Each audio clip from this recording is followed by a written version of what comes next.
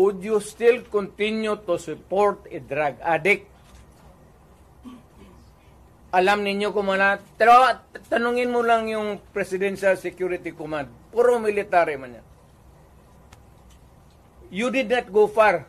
Yung mga tao ninyo sa military. Hanggang kailan kayo magsuporta ng drug addict na presidente? Sabihin mo sa amin. Kasi nagpapatulong kami to get the answers. Sana we cannot get a correct and accurate or true answer from kami ang magtanong. Barado kami ngayon eh. So under the constitutional provision of the right to be heard,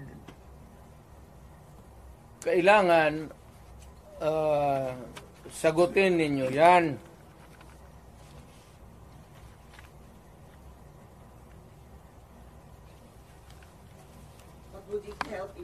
The right to be heard, the right to be informed. Importante yan. Constitutional provision yan. Mr. General sa military. And the right of the people to seek redress of grievance. Kayo lang ang makabigay niyan ngayon.